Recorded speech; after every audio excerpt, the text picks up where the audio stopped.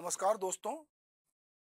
छत्तीसगढ़ के मुख्यमंत्री भूपेश बघेल जमीनी नेता हैं और तमाम झंझावातों के बीच में वो जनता के बीच जाकर सीधा संवाद करना नहीं भूलते। यही वजह है कि चाहे कोई भी समय हो वो जनता के बीच जाने के अवसर तलाशते हैं। तो उन्होंने इधर के दिनों में हम देख रहे हैं कि पिछले एक साल से उन्होंने बस्तर से भेंट मुलाकात का सिलसिला प्रारंभ किया और वो सिलसिला लगातार चल रहा है। वो सभी 90 विधानसभा में रूबरू होकर लोगों से बात करना चाहते हैं और बहुत सारे लोगों से बात पूछते हैं, माइक दे देते हैं, बहुत सारे बच्चों से बात करते हैं, बड़े लोगों से बात करते हैं और वहाँ के स्थानीय विधायक या वहाँ जिस तरह का के लोग होते हैं उनसे भी सलाह लेते हैं। प्रशासन के अधिकारी भी वहाँ होते हैं और भेंट मुलाकात जो है वो एक ऐसा कार्यक्रम हो गया छत्तीसगढ़ में कि सबको मालूम है कि मुख्यमंत्री हमारे बीच आएंगे। तो मुख्यमंत्री ने ये जो भेंट मुलाकात का सिलसिला बस्तर से प्रारंभ किया था, सरगुजा से प्रारंभ किया। पहले वो आदिवासी अंचल में गए और अब धीरे धीरे फिर वो ग्रामीण क्षेत्र में गए। आज पहली बार मुख्यमंत्री जो है गांव से अब वो शहर की ओर बढ़ रहे हैं। अब शहरी इलाके में उन्हें आम जनता से सीधा संवाद शुरू कर दिया है। सोमवार को मुख्यमंत्री भूपेश बघेल ने रायपुर राजधानी के उत्तर रायपुर विधानसभा क्षेत्र में लोगों से मुलाकात की। इस दौरान उन्होंने कई लोगों की व्यक्तिगत समस्याओं का निराकरण किया। वहीं 117 करोड़ से ज्यादा के विकास कार्यों की सौगात भी दी।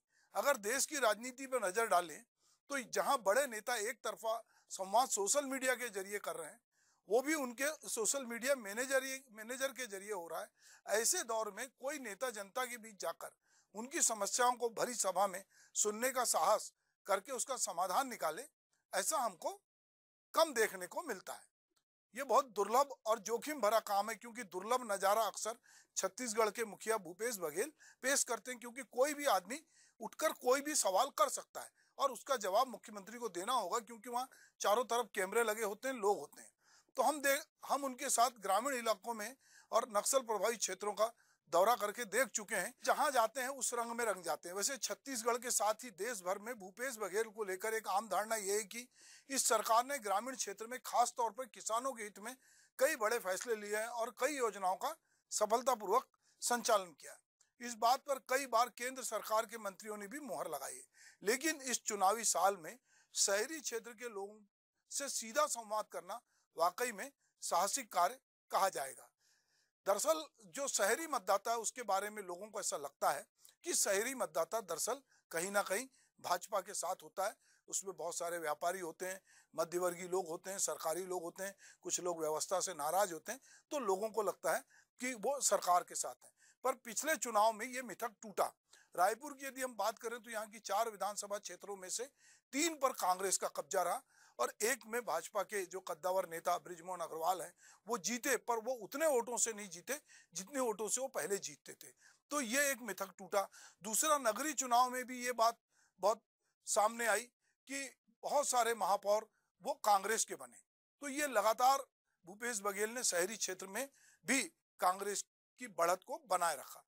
जब सरकार अपने 4.5 साल का कार्यकाल पूरा कर रही है, जब उसके कामकाज और घोषणा पत्र को लेकर आम लोग हिसाब मांगने के मूड में हो, तब एक मुख्यमंत्री का उनके बीच इस तरह से जाना और ये बताता है कि वो अपने इस कार्यकाल में खाली हाथ नहीं बैठे रहे।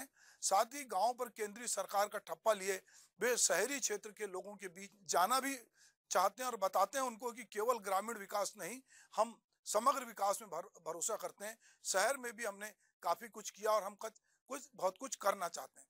इस बात को इस तरह से भी नोटिस नहीं किया गया था, पर वो जाके ये बता रहे मतदाता को, और एक अच्छे नेता को मतदाता को जाके बताना ही पड़ता है कि मैंने आपके लिए क्या क्या किया, हमारा घोषणा पत्र क्या था और हम किस तरह से आपके बीच आने वाले समय में यदि आप हमें चुनते हैं तो हम आपके लिए क्या करेंगे।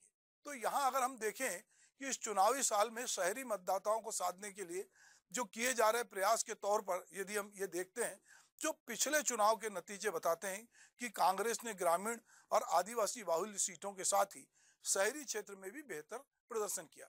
पिछले चुनाव में जहां रायपुर के 7 में से 6 विधानसभा क्षेत्र पे कांग्रेस का कब्जा था, इसी तरह भिलाई, दुर्ग, बिलासपुर, कोरबा, जगदलपुर, अंबिकापुर, रायगढ़ जैसे बड़े शहर और कवर्धा, बेमेतरा, महासमुंद, जसपुर, कांकेर, बालोद, जैसे छोटे शहरों में भी कांग्रेस ने अपना परचम लहराया था। महज राजनांदगांव, धमतरी, चांपा, जांजगीर और मुंगेली जैसे कुछ शहरों में भाजपा ने बढ़त बनाई। यानी भूपेश बघेल की अगुवाई में कांग्रेस ने यह भ्रम तोड़ने में कामयाब रही कि कांग्रेस सिर्फ ग्रामीण इलाकों में सिमटी हुई पार्टी है, बल्कि उसने प्रदेश के बड़े शहरी इलाकों में अपना जादू चलाया। ऐसे में सरकार इन क्षेत्रों की अनदेखी कैसे कर सकती है? मुख्यमंत्री भूपेश बघेल ने रायपुर में पंडरी स्थित जिला अस्पताल के पास प्रगति मैदान में भेंट मुलाकात के बाद आंगनबाड़ी सहायिका कौशल्या सोनी के घर में जाके भोजन किया। सोनी परिवार ने घर के मुख्य द्वार पर मुख्यमंत्री का तिलक और आरती कर और गुलदस्ता देकर गमछा भेंट करके स्वागत भी किया। इस दौरान सोनी परिवार ने छत्तीसगढ़ी व्यंजनों से मुख्यमंत्री की खातिरदारी की।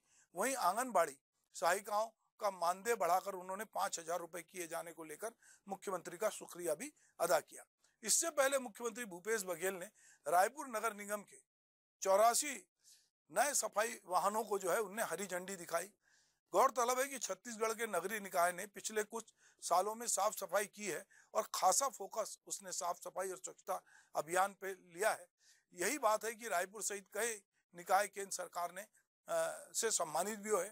कहीं ना कहीं ये भी इस सरकार की बड़ी उपलब्धियों से एक है। इन वाहनों को हरी झंडी दिखा के मुख्यमंत्री ने इस अभियान को आगे बढ़ाने का संकेत दिया। माना जाता है कि शहरी मतदाताओं की सोच और चिंता ग्रामीण इलाकों से कई मामले में अलग होती है। ऐसे में शहरी जनता का सामना करना साहसिक काम है, लेकिन इसकी अपनी चुनौती भी है, खासतौर पे उस दौर में जब चुनावी मौसम में कई राज्यों में धार्मिक रूप से समाज को बांटने की कोशिश हो रही है।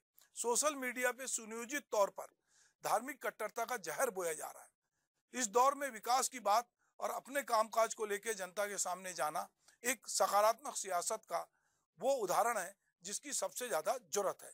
तो दरअसल ये भेंट मुलाकात का सिलसिला अभी तब तक चलेगा जब तक कि आचार संहिता नहीं लग जाती।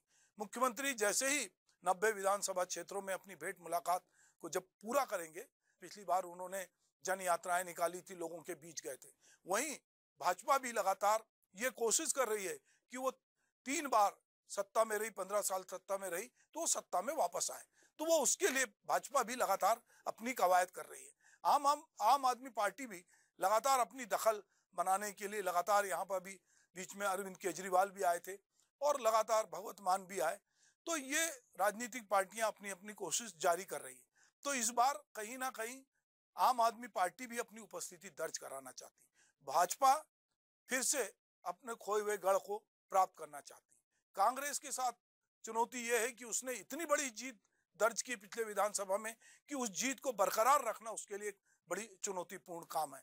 कांग्रेस बहुत अच्छे से जानती है कि यदि उसके विधायकों की संख्या कम हुई, अगर हम अब छत्तीसगढ़ की बात करें तो यहाँ के 90 विधानसभा में यदि कांग्रेस 45 से 50 सीट जीत के सत्ता में आ भी जाती है, तो मध्य प्रदेश कहीं रिपीट ना हो जाए कि कुछ भाजपा जो कि जोड़ तोड़ में भी आजकल विश्वास करती है, जिसका चाल चरित्र चेहरा पहले जिसका नारा था और जो सोचती थी कि हम सत्ता में वो पवित्रता को बनाए रखेंगे, सत्ता में विवेकशीलता को बनाए रखेंगे, जो हमारे काडर के लोग हैं, हमारे विचारों के लोग हैं, उनके साथ जुड़ेंगे।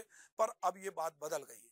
अब ये फार्मूला है कि हमको किसी भी तरह से सत्ता में रहना है और सत्ता में रहने के लिए हमको जो कुछ करना पड़ेगा वो हम करेंगे। और जब इसको लोग बखूबी करते हैं तो चाणक्य की उपाधि से भी सम्मानित होते हैं। तो यहाँ बड़ी चुनौती है भूपेश बघेल के सामने कि वो अपनी सरकार को पिछले जितनी सीटें वो जिता के लाए थे उसके आसपास की सीटें जिताए। इसीलिए लगातार हम देखते हैं कि भूपेश बघेल बिना रुके तमाम झंझावातों के बीच एक ना एक घटनाएं यहाँ होती है। कांग्रेस का अधिवेशन हुआ, ईडी के छापे डले, बहुत सारे कार्यकर्ता परेशान हुए। तमाम चीजों के बीच भूपेश बघेल अपनी भेंट मुलाकात को बनाए रखते हैं। वो जानते हैं कि जनता से सीधा रिश्ता रखना ही चुनाव में सबसे ज्यादा कारगर साबित होता है, क्योंकि जो नेता जनता से सीधा जुड़ता है, जनता की समस्याओं से रूबरू होता है, जनता को लगता है कि हमारे सुख दुख में ये आदमी हमारे साथ खड़ा है, इसको सत्ता का गुरूर नहीं है, ये हमारे अपने बीच का आदमी है। तो इसीलिए भूपेश बघेल एक अपनी छत्तीसगढ़िया छवि के साथ, अपनी स्थानीय अस्मिता के साथ, अपने ग्रामीण विकास के मॉडल के साथ अब उन्होंने शहरों की ओर रुख किया है। और निश्चित रूप से राजधानी रायपुर में भेंट मुलाकात का ये पहला सिलसिला प्रारंभ हुआ है। आगे समय में भी ये चलेगा। अब भाजपा के सामने भी ये चुनौती है कि जिस शहरी मतदाता को वो समझ रही थी कि वो उसके साथ होगा, उसको वो किस तरह से अपने साथ बनाए रखती है। नमस्कार।